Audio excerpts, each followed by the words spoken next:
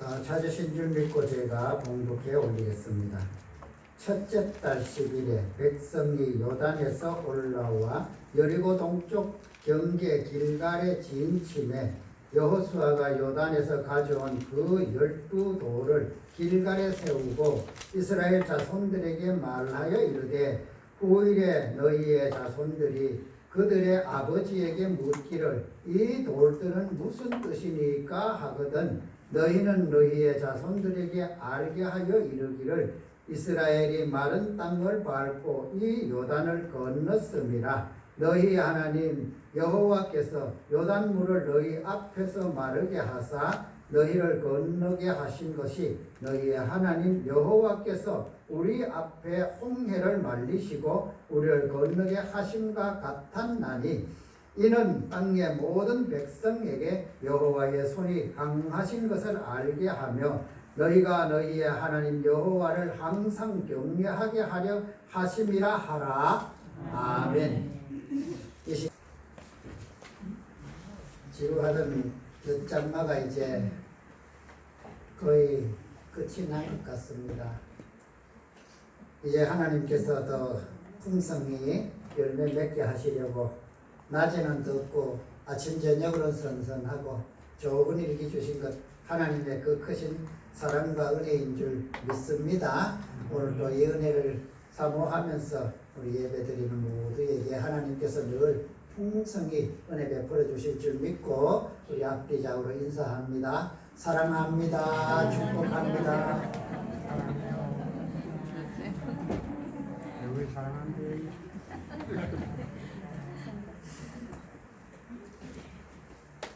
이스라엘 백성들이 애굽에 종살이 하다가 이제 모세의 인도를 받아서 약속의 땅을 향하여 나가기 시작을 했지요. 처음에는 그 종살이에서 벗어난 기쁨이 얼마나 컸는지 그 기쁨을 가지고 이제 출발을 했는데 처음에 닥친 곳이 홍해 앞이었어요. 앞에는 홍해물이 가로막고 있고 뒤에는 애굽의 병사가 쫓아오고 있으니 이 이스라엘 백성들 겁이 덜컥 났지요. 그래서 모세를 원망을 합니다. 애굽에 우리가 묻힐 자리가 없어서 이곳으로 이끌어서 저 사람들에게 우리를 죽게 하느냐. 하나님이 예비하신 길을 모르니까 하나님이 예비하신 것을 알 수 없으니까 이렇게 원망하고 불평하는 거예요. 하나님은 이미 홍해에 마른 길을 준비해 두셨잖아요. 모세를 통하여 지팡이를 내밀어라. 그때 홍해가 갈라져서 정말 그 갈라진 홍해를 마른 땅으로 건너는 이 이스라엘 백성의 마음이 어떠했겠습니까? 다 건너고 나서는 서로 부둥켜 안고 찬양하며 노래를 불렀잖아요. 기쁨의 찬양, 춤을 추면서 그것이 정말 하나님의 은혜, 정말 감사하는 찬양이었을 것인데 그 찬양이 오래 못 갔어요. 그래서 우리가 잘 아는 대로 40년 동안 이 광야에서 방황을 했던 것이지요. 오늘 본문은 그 애굽에서부터 광야길을 이끌어온 모세는 이제 하나님이 이 땅에 묻고 그 후계자로 여호수아를 세워서 약속의 땅 가나안 땅으로 이끌어 가도록 이제 하시는 그 가운데에서 이제 광야에서 가나안 땅으로 넘어가는 첫 번째 관문이 바로 요단강입니다. 성경에는 그렇게 기록을 하고 있습니다. 이때는 보리 추수를 하던 때라 그때는 우기입니다. 이 팔레스타인 지역은 건기와 우기가 뚜렷이 나누어지지요. 건기에는 몇 달간 비가 안 오다가 또 우기에는 며칠 몇 달씩 계속 비가 내리니까 이 수량이 엄청나게 많아져 버리는 거예요. 그래서 이 언덕에 넘실넘실 넘칩니다. 저희들이 어릴 때 이 학교에 이제 책가방을 메고 학교로 가면 그때는 뭐 겨울물이 사실은 별로 안 넓었잖아요. 저는 수영을 못 배웠습니다. 왜냐하면 수영을 배울 만한 웅덩이가 없었어요. 그저 뭐 겨울이라 해봐야 돌 하나 아니면 2개 놓으면 건너뛰어 버리면 건너갈 수 있는 그 정도였던 것이 저희들이 기억하는 이 냇가에, 그러다가 보니까 뭐 수영이나 물이 많이 흘러가는 그런 걸 볼 수가 없었죠. 그런데도 장마철에 갑자기 소낙비가 쏟아지면 그 좁은 또랑이 넘쳐버려요. 그런 경험들 많이 있잖아요. 이것은 넓은 강이나 좁은 냇가나 역시 마찬가지. 물이 그 흙탕물이 될 거 아니에요. 그래서 언덕에 이 뚝을 넘칠 만큼 물이 흘러내려가면 그때는 모든 사람이 겁이 나요. 강풍이 좁으면 좁을수록 더 유속은 빨라지고, 물이 많이 흐를 때는 우리 지난번 그때가 이제 1959년입니까? 사하라 태풍 섭밭한 논밭 다 떠내려가던 그때에 아마 그 기억하시는 분들 많이 있을 거예요. 얼마나 물이 무섭게 흘러가는지, 물이 흘러가면은 막 우는 소리가 난다 해요. 이런 소리가 나는 하면서 이렇게 물이 울면서 내려가는 이런 겨울을, 이거는 요단강이지요. 요단강을 건넌다는 것이 참 두렵지 않습니까? 그런데 하나님은 언약궤를 맨 제사장이 그 발을 물에 들여놓는 그때부터 위에서부터 흘러오던 물은 위에 쌓이고 밑으로 흐르는 물은 흘러내려가 버리니 모든 그 강바닥이 마른 땅이 되어버려요. 이렇게 해서 건너도록 하고, 그 건너는 중에 하나님께서 한 가지 말씀을 합니다. 한 지파에서 한 사람씩 택하라. 그래서 이 사람들은 일찍이 택해져 있습니다. 그런데 그 사람들은 뭘 할지 모르고 한 지파에 내가 우리 지파의 대표 이러면서 이제 선택을 받은 거예요. 아마 하나님이 예정하셨으니 그 지파 중에서 꽤나 힘 좀 쓰는 사람들이 이제 선반이 되었겠지요. 그 이스라엘 백성들이 다 지나가고 난 이후에 이 여호수아가 이제 말합니다. 지파에서 선택된 자들 나오라. 그래서 12명이 나왔어요. 들어가서 제사장이 서 있는 발 앞에서 돌멩이 작은 거 손에 들만한 거 말고 힘에 조금 겨울 만한 이런 돌멩이 하나씩을 메고 나오라는. 이렇게 메고 나온 돌을 오늘 처음 이제 그 요단을 지나고 이제 그 유숙하는 곳 길갈이라고 합니다. 길갈은 요단에서 한 10km 정도 된다고 해요.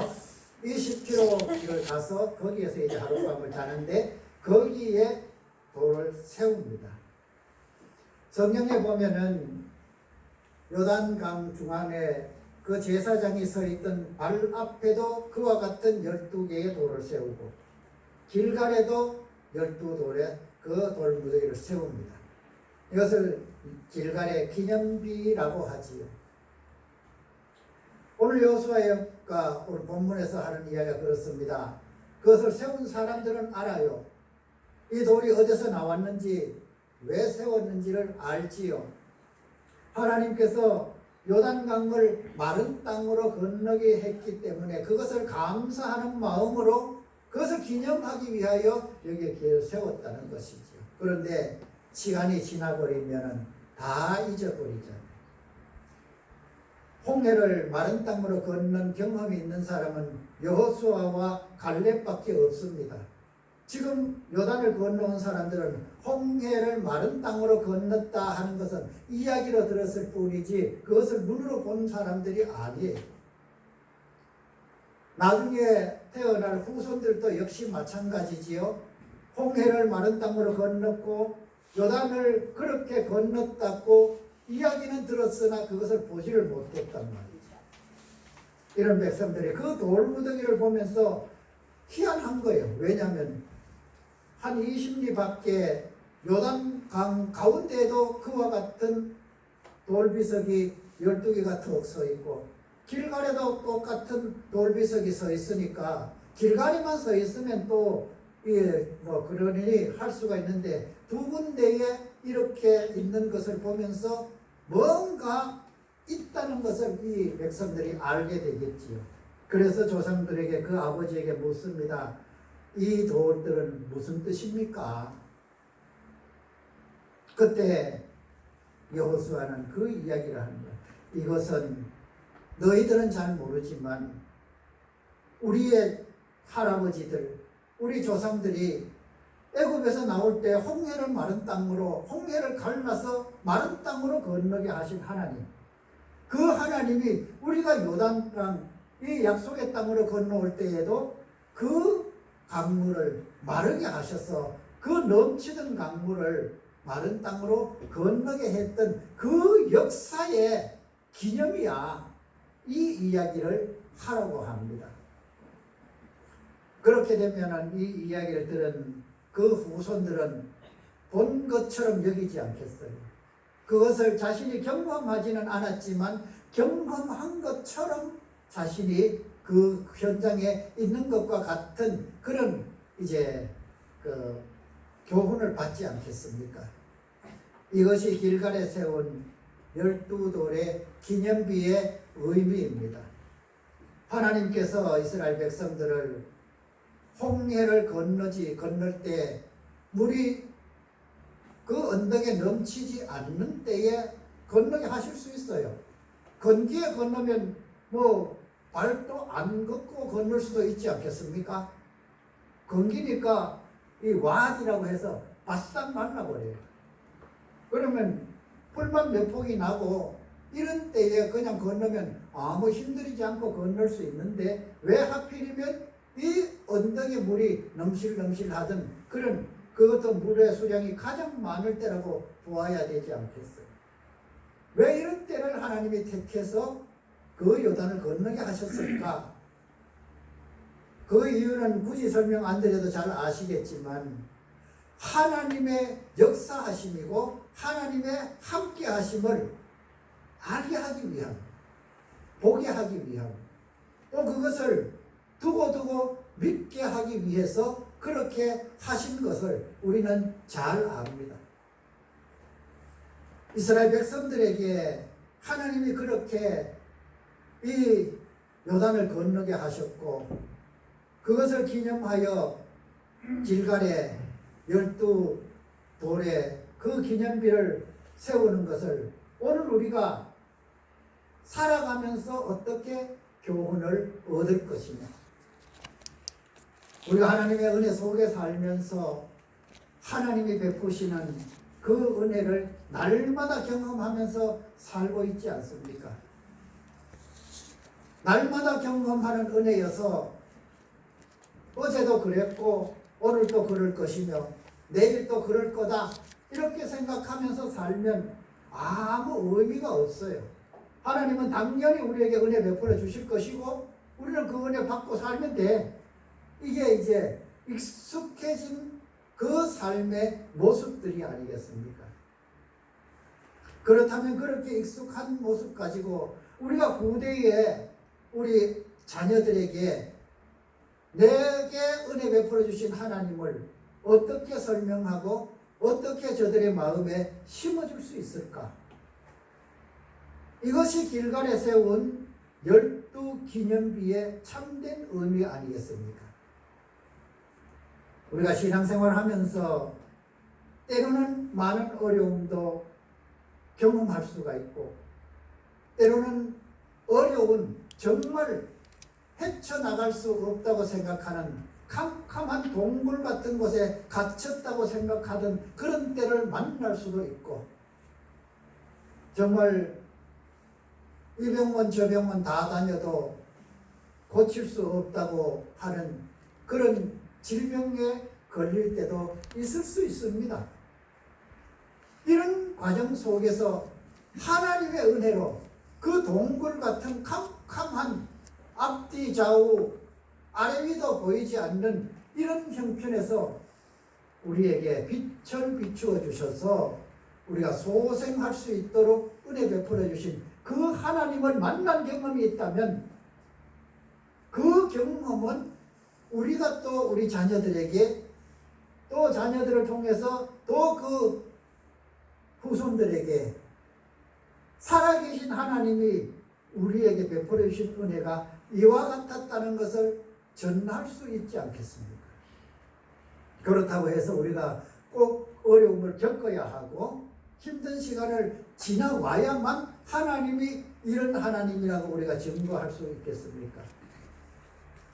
하나님은 평안할 때도 우리와 함께 하신 하나님이었지요.